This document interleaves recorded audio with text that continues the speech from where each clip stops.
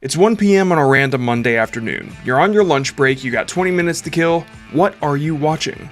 Probably YouTube, right? Welcome to WatchMojo, and today we're breaking down YouTube's rise from humble beginnings to media juggernaut. Whether you've been creating for years or just getting started, you can instantly reach and entertain new audiences with our Shorts creation tools. The birth of YouTube. You know, people have different video types, video codecs that you have to download, different software. So, you know, we sort of took a look at, with all the digital cameras now, with phones being able to take movies, that this was going to be more and more of a problem for other people. And we try to make and simplify this process to make it as easy as possible to share these videos online. In February 2005, 3 former PayPal employees, Chad Hurley, Steve Chen, and Jawed Karim, registered a new domain, YouTube.com. The idea was simple yet revolutionary. Give anyone the power to upload and share videos instantly. At a time when broadband was still emerging, YouTube's user-friendly interface and Flash-based player made online video accessible for the first time. The site's called YouTube.com, and that's Y-O-U. And it's just a place where you can go. It's kind of like Flickr for videos, if you think of it like that, because you're actually able to tag your videos. And what we mean is, assign keywords to your videos. That's all the rage with Flickr. Yes, it is. Why is tagging so powerful? I think it's an easy way for you to categorize the content, as well as an easy way for other people who are interested in that type of content to search for that content. Within months, millions of clips were uploaded, marking a turning point in how people consumed and created media. It wasn't just another startup, it was the foundation of the creator economy. YouTube proved that broadcasting didn't need studios. It needed servers, vision, and community. Well, initially, we started developing the site in February of 2005. By May, we had the initial version of the site up and running. Yeah. And it was just personal clips that we were using with our friends, and just the viral nature of what we created, the easy-to-use features, the ways that people could grab links and embed these videos directly into their blogs and websites, it spread. Me at the Zoo, the video that started it all. Alright, so here we are in front of the elephants. The cool thing about these guys is that they have really long trunks, and that's cool. And that's pretty much all there is to say.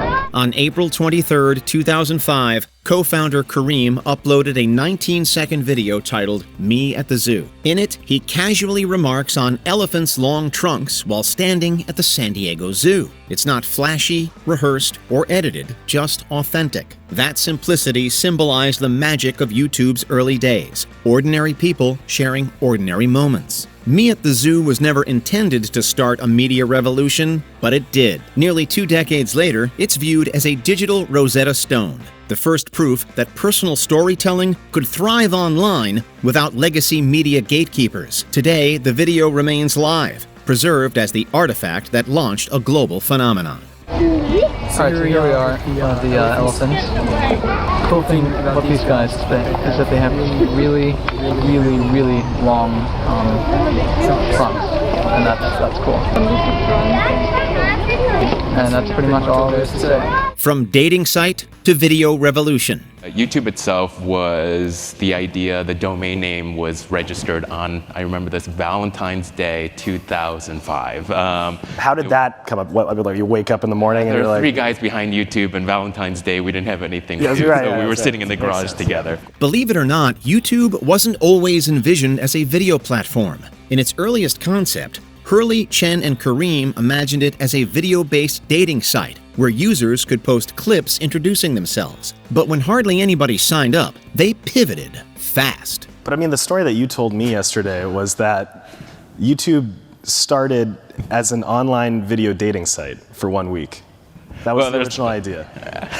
Well, there was I think there's definitely... Did I get that wrong? Or, I mean, that's something that you told me that I thought was pretty interesting. Yeah, that was what I told you, but I didn't think we'd be talking about it on stage. That's the whole point. That's why we're here. The team allowed uploads to any topic, and the floodgates opened. Suddenly, comedy sketches, news clips, and vlogs poured in. That flexibility became YouTube's defining strength. Within months, it shifted from niche experiment to viral engine. The pivot from tune-in hookup to a universal sharing platform ranks among Silicon Valley's smartest course corrections. That move transformed YouTube from an eHarmony wannabe into a storytelling juggernaut. So we always thought there was something with video there, right? It was kind of the obvious next step beyond photos, beyond sort of text and images.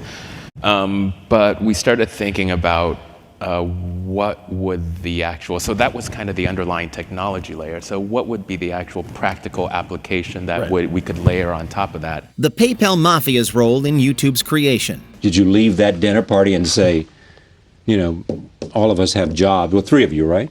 Yes. 3 of you, all from PayPal.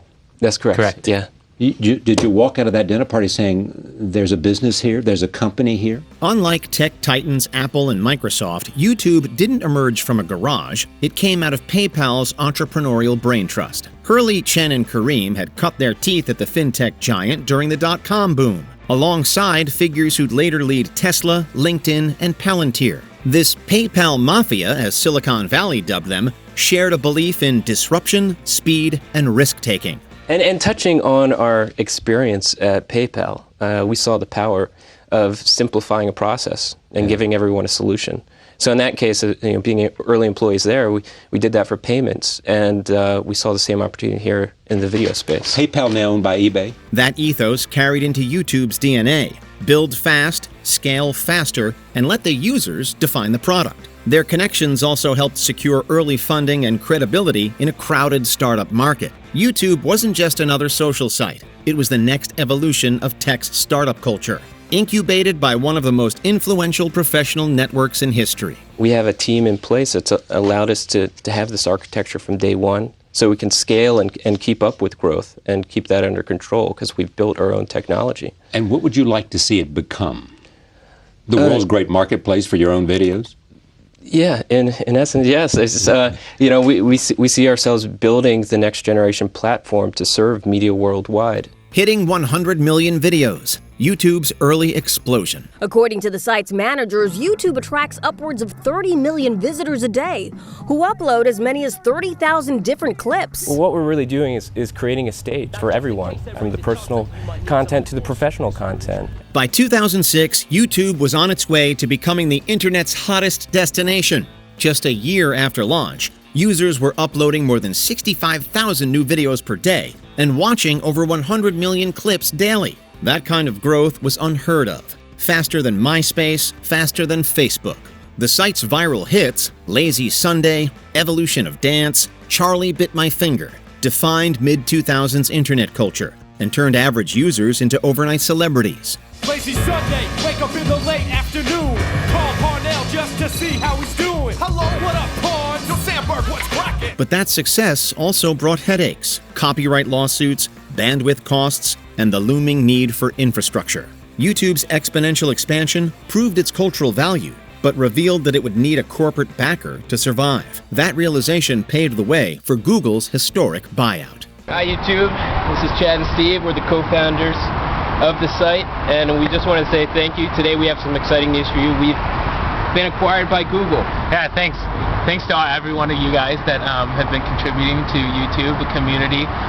We wouldn't be anywhere close to where we are without the help of this community. Thanks a lot. Google's $1.65 billion bet pays off. Web giant Google will pay $1.6 billion to gobble up YouTube, a company created over dinner by 20-somethings Steve Chen and Chad Hurley, as a way to share their home movies. The most compelling part of this is being able to really concentrate on features and functionality for the community. In October of 2006, Google made one of the boldest acquisitions in tech history. It bought YouTube for $1.65 billion in stock. At the time, YouTube was barely a year old, had no clear profit model, and faced mounting copyright complaints from major media companies. Critics called it reckless. Google called it visionary. More than a success, YouTube's become a social phenomenon. Nearly half of all the videos viewed online are watched on YouTube. But analysts say the website has yet to make a profit. It's not clear whether, the competitive advantage YouTube has is something that can be sustained for days, let alone months and years, and that, of course, becomes the big problem for a $1.6 billion acquisition. Within months, YouTube gained access to Google's powerful ad infrastructure, video compression technology, and cloud capacity. thus laying the groundwork for the sprawling digital ecosystem we know today. Its two founders are both 33 years old. YouTube's founders are 27 and 29. It is a young person's game. The videos are quick. The fortunes are huge, even though they just don't make media empires the way they used to. Nearly 2 decades later, that billion-dollar gamble looks like a no-brainer. YouTube is now valued in the hundreds of billions and remains, by a wide margin, the most successful acquisition in Google's history. The birth of the Partner Program. Your creativity deserves to be rewarded. That's why the YouTube Partner Program offers more ways to make money from your channel and community than anywhere else. Let's walk through how to qualify, apply, and get approved, and what becomes available to you once you're in. Launched in 2007, the YouTube Partner Program fundamentally transformed the internet. For the first time, creators could earn a share of ad revenue from their videos. To earn with fan funding and certain shopping features, the thresholds are 500 subscribers, 3 valid public uploads in the last 90 days, and either 3,000 valid public watch hours in the past year or 3 million valid public shorts views in the last 90 days. That simple idea, splitting ad income with users, turned hobbyists into entrepreneurs and gave rise to the modern influencer economy. Within years, YouTubers were rivaling traditional celebrities in reach and influence. Part of our requirements is to make sure that you have enough of an audience that you can be successful in making money. And that means that you have to find a content that really resonates with audience. You have to find kind of some loyal following for people watching your content. And so the best advice is don't think about the money. Yeah. Just make good content. Channels like Smosh, Nigahiga, and Shane Dawson proved that success could come from creativity rather than connections. The Partner Program also laid the foundation for later features like memberships and super chats. It didn't just democratize fame, it democratized income. YouTube wasn't just a platform anymore, it was an economy. Once you get into YPP, there's a lot more things that you have to think about. You have to think about all the different monetization options, which you lean into. Again, our ads product require you to be brand safe, right? Advertisers don't want to be associated with content that is not ads friendly. Going HD, a clearer YouTube arrives in 2009. When YouTube added support for 720p high-definition video in 2009, it marked a turning point in both quality and perception. Gone were the grainy, low-res clips of early viral videos. Suddenly, YouTube could host cinematic content. HD made the platform viable for professional filmmakers, musicians, and brands, bridging the gap between amateur uploads and broadcast quality productions. This upgrade also encouraged creators to invest in better cameras and editing, elevating the look and feel of YouTube videos. By 2010, the site was rolling out 1080p, and by mid-decade, 4K. The introduction of HD wasn't just a technical step. It legitimized YouTube as a credible cottage industry for serious artistry. Going live, from streaming to mainstream. Live streaming on YouTube is a great way to connect with your audience in real time. Whether you're streaming an event, teaching a class, playing video games, performing for your fans, or hosting a Q&A, YouTube has all of the tools that will help you manage your stream and engage with your community in real time with live chat. In 2011, YouTube entered the live streaming era. After testing limited broadcasts, including concerts and political debates, the company rolled out YouTube Live, allowing select partners to stream in real time. Live streaming is challenging because the video content is sent over the internet in near real time. Video processing is compute intensive. Sending a large volume of video content over the internet takes time. These factors make live streaming challenging. For audiences, it meant unprecedented access. For creators, it offered a new layer of interaction. Over time, the feature opened to gamers, vloggers, and event organizers, helping YouTube compete with Twitch and Facebook Live. Today, live streaming is a cornerstone of the platform. From sports events to breaking news, it turned YouTube into both a broadcast network and a social hub, where creators could engage their audiences instantly and around the world. There are several factors a streamer or the live streaming platform could tune to improve this latency by sacrificing various aspects of the video quality. Some platforms simplify this tuning process by providing a coarse knob for the streamer to choose the level of interactivity they desire. YouTube Red and the premium era begin. So you can see I've got YouTube Red up here, which means I'm logged in as a subscriber. So it's just like ordinary YouTube. The only difference is when I click on a video, it loads up with no ads. It's kind of a surreal experience. It's like driving without a speed limit. By the mid-2010s, YouTube was looking to diversify beyond ads. In 2015, it launched YouTube Red, a subscription service offering ad-free viewing, offline downloads, and exclusive original shows. The initiative, later rebranded as YouTube Premium, reflected a shift toward Netflix-style content, with high-profile projects featuring creators like PewDiePie, Logan Paul, and Liza Koshy. You'll have 2 hours to complete the test. All grades are final.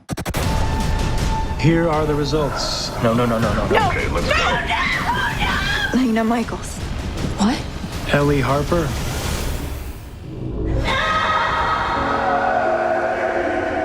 We have to do something, Dad. I'm sorry, son. My hands are tied.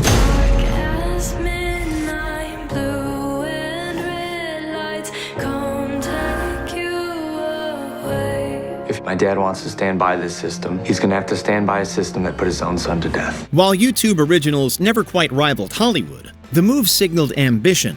YouTube wasn't just a platform for creators, it was a studio too. More importantly, premium subscriptions gave viewers choice and creators another revenue stream, stabilizing the ecosystem after the ad revenue volatility of the decade prior. To put it simply, I watch a ton of YouTube. It was my #1 go-to platform for everything from podcasts to politics to current events to gaming news, tech reviews, you name it. I'm watching it on YouTube, and my stats do back that up. I have over 7,000 hours of ad-free videos, over 2,000 hours of listening time on YouTube Music, and over 600 videos watched offline. Gangnam Style and the billion-view breakthrough. Gangnam Style.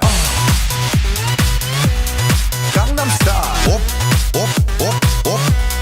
Gangnam Style. On December 21st, 2012, Gangnam Style by South Korean artist Psy became the first YouTube video to surpass 1 billion views, a milestone once thought impossible. The song's quirky dance and satirical energy spread like wildfire, captivating audiences everywhere and redefining what viral meant. Gangnam Style.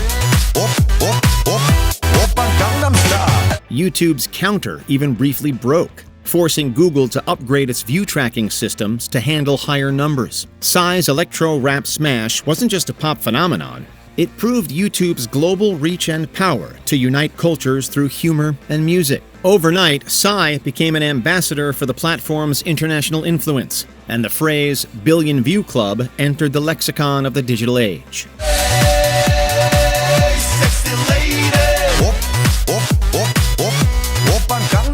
1 billion hours watched every day. The scale of that is just huge.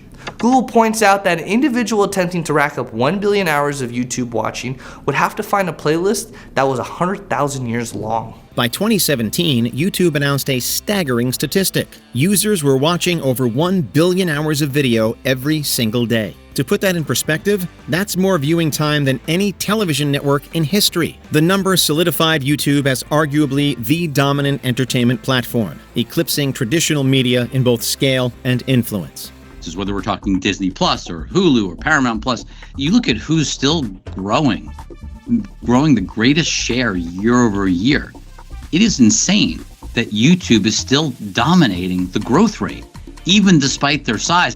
Any competitor for time and attention is obviously not good for streamers. From tutorials and news to gaming and music, YouTube became a one-stop hub for everything visual. Watching YouTube was no longer internet time wasting, it had become part of daily life. The milestone underscored how the site had transitioned from scrappy upstart to a full-fledged media institution. So they have two modalities, the traditional horizontal video, they have the vertical video, they have the personalization engine that I think is kicking in a big way. That is increasingly one of the biggest and fastest growing platforms we're on.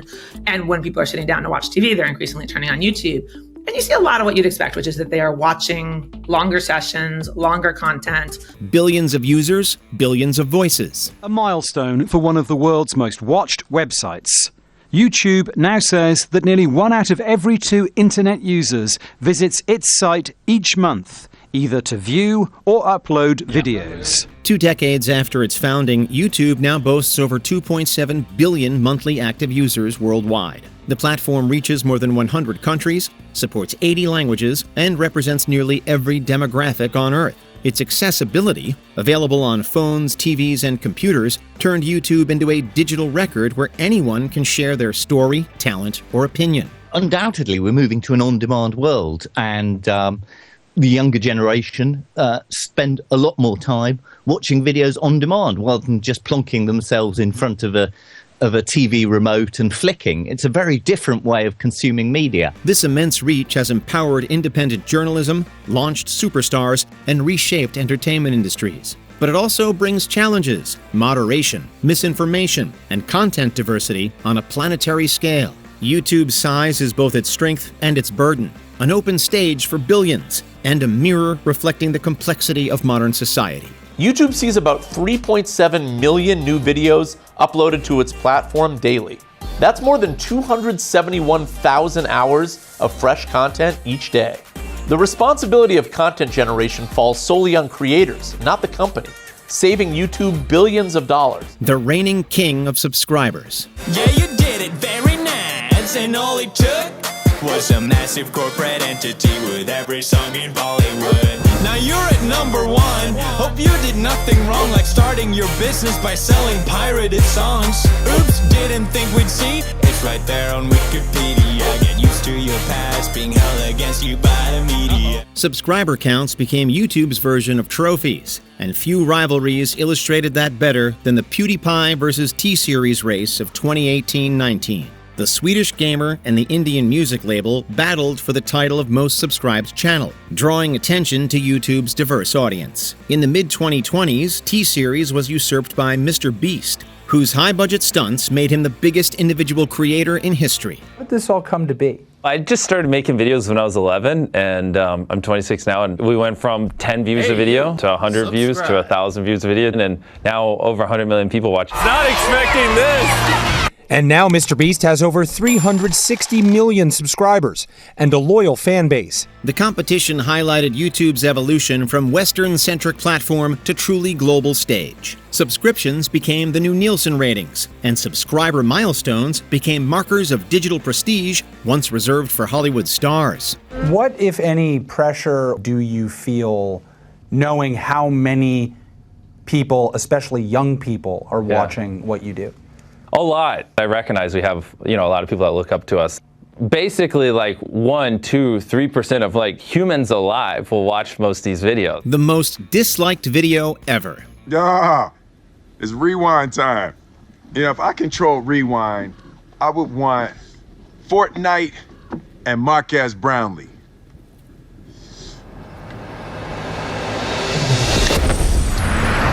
Is this what you wanted? You know who I would have asked for?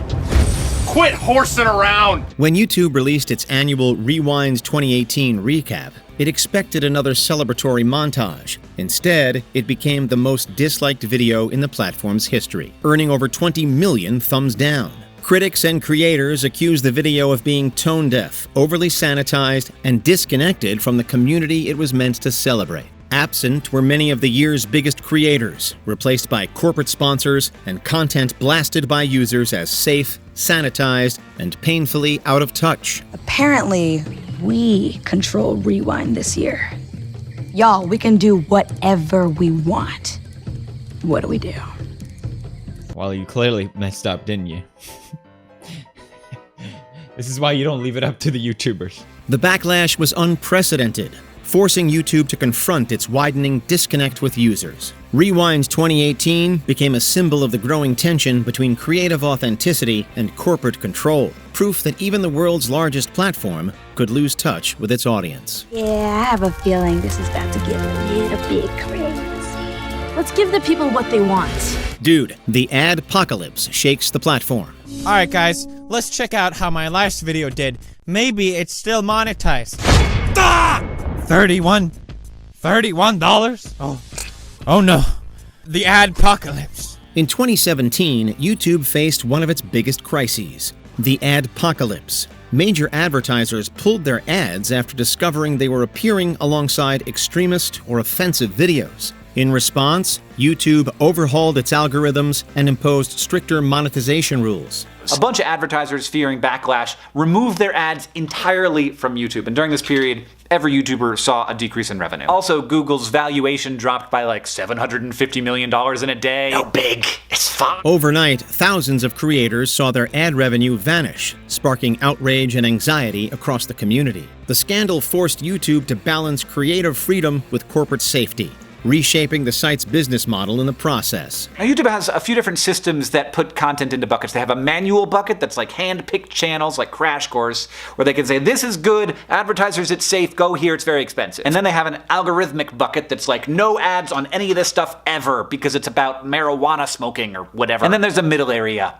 where it's confusing and no one knows how it works at all. It also marked the moment when algorithms, not audiences, began deciding who got paid and who didn't. The adpocalypse forever changed YouTube's relationship with its creators, reminding everyone that even free platforms come with a price. Yes, YouTube is an amazing platform for you to monetize your content and create your own business, but it's not like a traditional job, and it probably shouldn't be even looked at it in that sense. Yes, you don't get healthcare. Yes, you have to work insane hours and you make up your own time.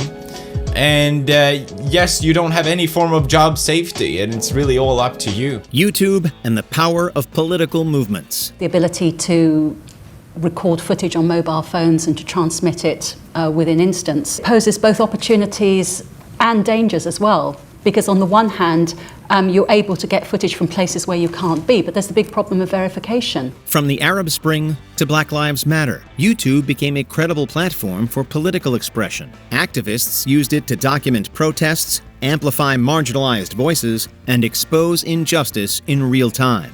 The video sharing site also gave rise to political commentators, independent journalists, and grassroots movements that bypassed legacy media entirely. But that power came with risk. Misinformation, radicalization, and echo chambers flourished in equal measure. YouTube's open nature made it a democratizing force and a destabilizing one. Whether hosting dissidents or debates, YouTube has been both a reflection and an engine of modern politics, proving that a platform designed for entertainment can also shape the course of history. It's incredibly difficult for the international news media to understand entirely and instantly what's going on. No one else did, so why would the journalists? And the speed and the rapidity both of the events and of the news cycle and news process at the moment makes it even harder. From phones to flat screens, YouTube hits it big.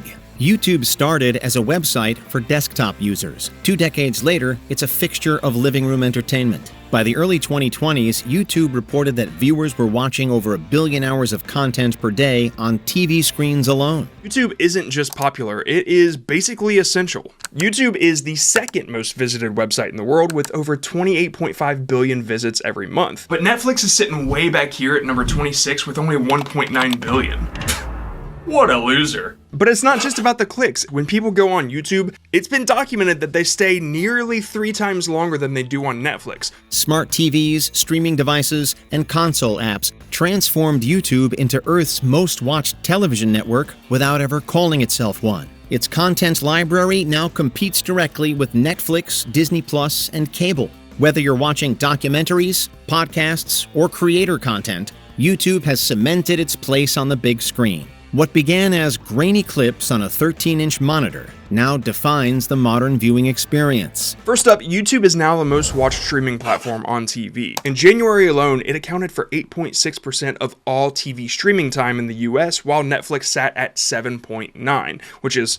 that blew my mind. I was like, YouTube beat Netflix? It sure did. The rise of YouTube Shorts. First, what are Shorts? Shorts are a new video experience that let you watch and create short, catchy videos right from your phone. They're vertical videos 60 seconds or less and provide an easy, lightweight way to create. Plus, they connect you to YouTube's 2 billion users, giving them a new customized viewing experience. In 2021, YouTube faced an existential challenge: TikTok. The short-form video craze was pulling users and ad dollars away fast. YouTube responded with Shorts, a new vertical video format optimized for mobile. The gamble worked. People are watching more and more shorts around the globe. The YouTube Shorts player has now surpassed 6.5 billion daily views globally. With its own separate viewing experience, think of it as an additional way for you to create and reach new audiences who've maybe never seen your content before. Within 2 years, Shorts was generating tens of billions of daily views, helping YouTube reclaim its younger audience while integrating seamlessly into the main app. For creators, it offered discoverability and revenue-sharing opportunities previously exclusive to long-form content. Shorts didn't just imitate TikTok, it fused short attention spans with YouTube's vast ecosystem. Once again, YouTube adapted to a changing internet, proving that the platform had the juice to reinvent itself and lead the pack. No matter what I do, no one at school wants to be friends with me. Yeah, I literally can't relate to that problem at all, but you know who no one likes? Hey, Mamo! First of all, how dare you? Before we continue, be sure to subscribe to our channel and ring the bell to get notified about our latest videos. You have the option to be notified for occasional videos or all of them. If you're on your phone, make sure you go into settings and switch on your notifications. Google's billion-dollar gamble 20 years later. 2 decades after its launch, YouTube stands as Google's greatest investment and arguably the most transformative media platform ever built. What began as a chaotic hub for home videos has evolved into a $200 billion cultural institution spanning entertainment, education, politics, and art. YouTube has outlived countless rivals, launched careers, and rewritten how we share information. But it's also wrestling with the responsibilities of its unexpected scale. Content moderation, AI integration, and the future of advertising. 20 years on, YouTube isn't just a website, it's the modern public square. Google's nearly $2 billion gamble did more than pay off. It changed everything. What does it mean for the user community? Get your hand off me, kings. 2 kings have gotten together. No. The king of search, the king of video have gotten together. We're gonna have it our way. Salt and pepper. No. We can't do that. Which YouTube fact shocked you the most? Are there any we missed? Be sure to let us know in the comments below.